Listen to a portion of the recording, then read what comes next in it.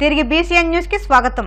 ఆంధ్రప్రదేశ్ ముఖ్యమంత్రి నారా చంద్రబాబు నాయుడు పట్ల వైసీపీ అగ్రనాయకత్వం వ్యవహరిస్తున్న తీరుపై టీడీపీ నేత మాజీ మంత్రి కేఎస్ జవహర్ మండిపడ్డారు. ఈ మేరకు ఆయన అమరావతిలో మీడియాతో మాట్లాడుతూ ఆంధ్రప్రదేశ్ అభివృద్ధికి శ్రీకారం చుట్టిన సీఎం చంద్రబాబును అడుగడుగునా అడ్డుకోవాలని వైసీపీ అధినేత మాజీ సీఎం వైఎస్ జగన్ ప్రయత్నిస్తున్నారని ఆరోపించారు. ఓటుకు నోటు కేసులో చంద్రబాబుపై బురద జల్లాలని ఆ పార్టీ నేతలు విశ్వప్రయత్నాలు చేస్తున్నారని విమర్శించారు. అందుకోసం ఆళ్ల రామకృష్ణారెడ్డి వైఎస్ జగన్ తీవ్రంగా ప్రయత్నించారని ఆగ్రహం వ్యక్తం చేశారు. సీఎం చంద్రబాబు విషయంలో వైఎస్ జగన్మోహన్ రెడ్డికి సుప్రీంకోర్టు తాజా తీర్పు చెంపదెబ్బ లాంటిదని అభివర్ణించారు. గత వైఎస్ జగన్మోహన్ రెడ్డి ప్రభుత్వ హయాంలో చంద్రబాబుపై పెట్టిన ఏ ఒక్క కేసు నిలబడలేదన్న విషయాన్ని ఈ సందర్భంగా జవహర్ గుర్తు చేశారు.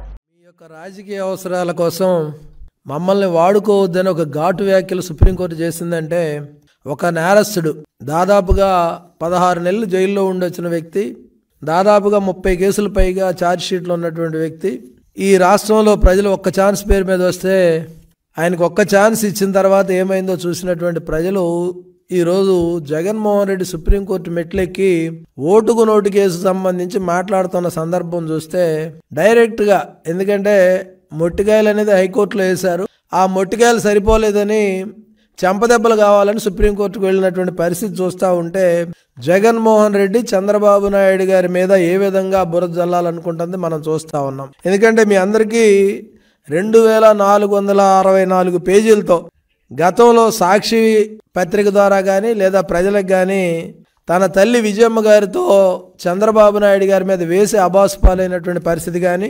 2019-24 మధ్య 12 పైగా కేసులు పెట్టి ఆయన్ని వేధించినటువంటి పరిస్థితి కానీ, 15 సభా సంఘాలు, 3 మంత్రివర్గ సంఘాలు, 4 న్యాయ విచారణలు, ఒక సిబిసిఐడి 5 ఇలాగా ఉన్నతాధికారులతో విచారణ చేసి కొండను తవ్వి ఎలుకను పట్టాలనుకుంటే ఎలుక లేదు, కొండ లేదు, ఏమీ లేనటువంటి పరిస్థితి జగన్మోహన్ రెడ్డికి అర్థమైన తర్వాత ఈరోజు కూడా ఆయన మానకుండా చంద్రబాబు నాయుడు గారిని ఏదో విధంగా ప్రజల్లో చులకన చేయాలి, ఆయన మీద ఏ విధంగానైనా మచ్చ వేయాలని ఒక ప్రయత్నం చేస్తున్నాడు. దీన్ని తీవ్రంగా ఖండించాల్సినటువంటి పరిస్థితి ఉంది. తన అనుంగు శిష్యుడు ఆర్కే, ఎందుకంటే ఈ మంగళగిరి ప్రాంతంలో అందరికి కూడా తెలుసు, ఎప్పుడైతే లోకేష్ బాబు గారు బంతి ఎలా ఎగిసిపడుతుందో అలా ఎగిసిపడిన తర్వాత ఆయన తిరిగి రాష్ట్రంలోగానే కాదు మంగళగిరిలో కూడా నాయకుడిగా విజృంభిస్తాడు. నేను ఆయనతో పోటీ చేయలేనని తప్పుకొని షర్మిల కాళ్ళ మీద పడి షర్మిల పార్టీలోకి వెళ్ళి అక్కడి నుంచి కూడా మళ్ళీ కాదని మళ్ళీ అగైన్ జగన్మోహన్ రెడ్డి దగ్గరకు వచ్చి ఒక నాటకానికి తెరలేపినటువంటి కరకట్ట కమల్ హాసన్, జగన్మోహన్ రెడ్డి, వీళ్ళిద్దరు కూడా పని ఏంటంటే జగన్మోహన్ రెడ్డి తన ఆలోచన ఆర్కేకి చెప్పడం, ఆర్కే తన ఉన్నటువంటి జ్ఞానాన్ని, ఎందుకంటే దురదృష్టం ఏంటంటే నేను చదువుకున్న కాలేజీలో ఆయన చదివాడని ఎవరో చెప్పారు, మరి ఆ కాలేజీలో వాళ్ళంతా నెగిటివ్ ఫోర్స్ కానీ నెగిటివ్ మెంటాలిటీ కానీ ఎవరికి లేదు, మరి ఆ వ్యక్తికి ఎలా వచ్చిందో తెలియదు. కానీ ఒక పవిత్రమైనటువంటి కాలేజీలో చదివినటువంటి వ్యక్తి ఈ విధంగా అపవిత్రమైన పనులు చేయడానికి, అబద్ధపు సాక్ష్యాలు చెప్పడానికి ఈ కరకట్ట కమల్ హాసన్ జగన్మోహన్ రెడ్డికి ఉన్నటువంటి తన ఆలోచనని ప్రజలందరికీ పంచుతూ ఉన్న పరిస్థితి చూస్తూ ఉన్నాం. ఎందుకంటే ఓటుకు నోటు కేసులో హైకోర్టు చాలా క్లియర్గా చెప్పింది, చెప్పిన తర్వాత చాలదన్నట్టు సుప్రీంకోర్టుకు వెళ్ళి సుప్రీంకోర్టులో చెప్తే వాళ్ళు కూడా చీవాట్లు పెట్టిన పరిస్థితి చూస్తూ ఉంటే, అంటే సాధారణంగా మనిషికి ఒక మాట గొడ్డుకు ఒక దెబ్బ అంటారు, ఇది మనిషి కాదు గొడ్డు కాదు అన్న టైప్లో జగన్మోహన్ రెడ్డి ఉన్న పరిస్థితుల్లో ఈరోజు చేస్తూ ఉన్నాం. చంద్రబాబు నాయుడు గారు వచ్చి ఈ రాష్ట్రానికి ముఖ్యమంత్రి అయిన తర్వాత ఈ రాష్ట్రానికి ఏ విధంగా పెట్టుబడులు తేవాలి, ఈ రాష్ట్రాన్ని ఏ విధంగా అభివృద్ధి చెందించాలి, అమరావతి అభివృద్ధి ఏ విధంగా చేయాలి, అదేవిధంగా పోలవరాన్ని ఎలాగ నిర్మించాలని ఆయన ఆలోచన చేస్తూ ఉంటే ఆయన ఆలోచనలకి ఆయనకి అన్ని అడుగడుగున అడ్డుపడాలని జగన్మోహన్ రెడ్డి కీచక వృత్తి కానీ ప్రవృత్తి కానీ ఆయనకు ఉన్నది ఏంటంటే అన్నిటికీ అడ్డుపట్టమే. ఆ విధంగా జగన్మోహన్ రెడ్డి ఈరోజు రాష్ట్రంలో అడ్డుపట్టడానికి ప్రయత్నం చేస్తూ ఉంటే జగన్మోహన్ రెడ్డికి ఉన్న బ్రాండ్ ఇమేజ్ ఏంటంటే 16 నెలలు జైలు, 34 కేసులు, ఏదైతే ఈడీ అటాచ్మెంట్స్కి సంబంధించినవి, దాంతోపాటుగా చెల్లికి కూడా ఆస్తులు పంచకుండా కుటుంబ వ్యవహారాల్లో ఏ విధంగా చేస్తాడనేది మనం చూసాం. కానీ ఈరోజు జగన్మోహన్ రెడ్డి అవన్నీ జనాలు మర్చిపోవాలంటే ఇప్పుడు ఉన్నటువంటి ముఖ్యమంత్రి చంద్రబాబు నాయుడు గారి మీద మచ్చ వేయాలి. ఆ మచ్చ వేయాలంటే ఏమీ లేవు. 2464 పేజీల్లో చంద్రబాబు నాయుడు గారి అవినీతి ఉందని చెప్పే ప్రయత్నం చేసి అబాసు పాలయటమే కాకుండా అల్లూరి సీతారామరాజు జిల్లా అరకులోయ మండలం తురాయిగూడ గ్రామం సమీపంలో ఘోర రోడ్డు ప్రమాదం చోటు చేసుకుంది. నాంది మలుపు వద్ద 2 ద్విచక్ర వాహనాలు ఢీకొని 2 యువకులు అక్కడికక్కడే మృతి చెందారు. మరో 2కి తీవ్ర గాయాలయ్యాయి. స్థానిక పెద్దలబుడు గ్రామానికి చెందిన యువకులుగా గుర్తించారు. 17 ఏళ్ల జన్నీ మనోజ్, చొంపి గ్రామానికి చెందిన 22 ఏళ్ల పద్మనాయుడు, సురేంద్ర నాయుడు మృతి చెందారు. అరకు వ్యాలీ వెళ్తుండగా తురాయిగూడ గ్రామం సమీపంలో అతి వేగంతో మలుపు వద్ద 2 ద్విచక్ర వాహనాలు ఢీకొన్నాయి.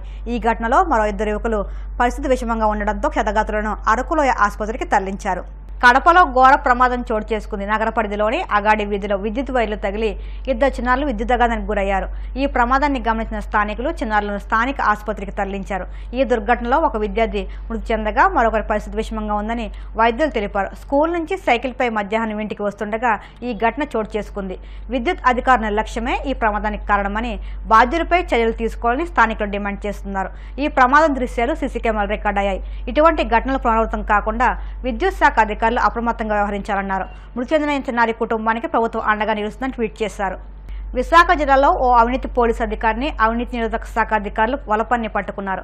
మల్కాపురం పోలీస్ స్టేషన్ పరిధిలోని ఓ బాధితుడు ఇచ్చిన ఫిర్యాదు మేరకు నిందితుడిని అరెస్ట్ చేయకుండా ఉండేందుకు మల్కాపురం పోలీస్ స్టేషన్లో ఎస్ఐగా విధులు నిర్వహిస్తున్న కె దేవుడమ్మ ఫిర్యాదుదారుల నుంచి డబ్బు డిమాండ్ చేసింది. ఈ నేపథ్యంలో బాధితుల ఫిర్యాదు మేరకు ఏసీబీ డీఎస్పీలు నాగేశ్వరరావు, రమ్య ఆధ్వర్యంలో అధికారులు బాధితుల నుంచి లంచం డబ్బులు తీసుకుంటుండగా ఎస్ఐ కె దేవుడమ్మను రెడ్ హ్యాండెడ్గా పట్టుకున్నారు.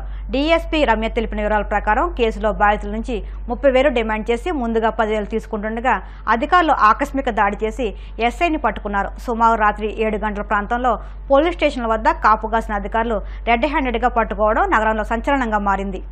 శ్రీ అతుల్ సింగ్ గారి ఆదేశాల మేరకు మాకు వచ్చిన కంప్లైంట్ మీద ఈరోజు మల్కాపురం పోలీస్ స్టేషన్ రావడం జరిగిందండి. మాకు వచ్చిన కంప్లైంట్ ఎవరైతే ఉన్నారో వాళ్ళు ఇక్కడ మల్కాపురం స్టేషన్ లో ఒక క్రైమ్ నెంబర్ 176/21 అన్న ఒక క్రైమ్ రిజిస్టర్ అయింది. అది చీటింగ్ కేసు. దాంట్లో ముద్దాయిగా పేర్కొనబడ్డారు. సో 420 ఐపీసీ, 34 ఐపీసీ కింద కేసు రిజిస్టర్ చేయబడింది. ఇక్కడ ఈ Malkapuram case 10th August register అయింది. సో దాంట్లో ఒక నోటీస్ ఇచ్చారు. 35 BNSS కింద ఒక నోటీస్ ఇచ్చారు. సో అరెస్ట్ చేయకుండా ఉండడం కోసం నోటీస్ ఇచ్చారు. కానీ అరెస్ట్ చేయకుండా ఉండడం కోసం అని చెప్పి 30,000 డిమాండ్ చేశారు ఉమెన్ ఎస్ఐ దేవుడమ్మ గారు. సో కంప్లైంట్స్ మమ్మల్ని ఏసీబీ విశాఖపట్నం అప్రోచ్ అయ్యారు.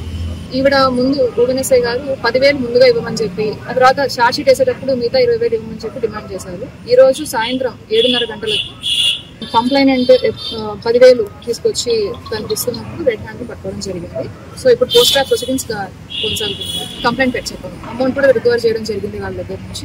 కెమికల్ టెస్ట్ అవన్నీ కూడా వచ్చాయి. అఫీషియల్ ఫేవర్ ఫైల్ ఏదైతే ఉందో, అంటే ఈ కేసు సంబంధించిన ఫైల్ కూడా దాంట్లో ఐఓ తనే ఉన్నారు. అరెస్ట్, రిమాండ్ అవన్నీ కూడా కొనసాగుతాయండి. కంప్లైంట్ పేరు ఇక్కడ క్రైమ్ నెంబర్ 176 ఒక క్రైమ్ నెంబర్ ఉంది. సో ఆ కేసులో వీళ్ళు నిందితులుగా ఉన్నారు, అక్యూజ్డ్ గా ఉన్నారు. వాళ్ళని వీళ్ళు అరెస్ట్ చేయకుండా ఉండడం కోసం డబ్బులు అడిగారు. అదొక సెక్షన్. వార్తలు ముగించే ముందు ముఖ్యాంశాలు మరొక్కసారి. అచ్యుతాపురం సెజ్లో రియాక్టర్ పేలి 18 మంది మృతి, 50 మందికి పైగా కార్మికులకు గాయాలు.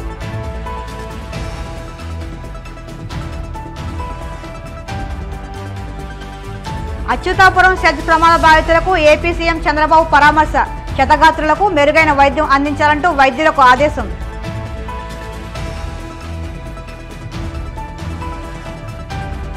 అరకులోయ మండలం తురాయిగూడ గ్రామ సమీపంలో ఘోర రోడ్డు ప్రమాదం, 2 మోటార్ సైకిల్ ఢీకొని 2 యువకుల మృతి.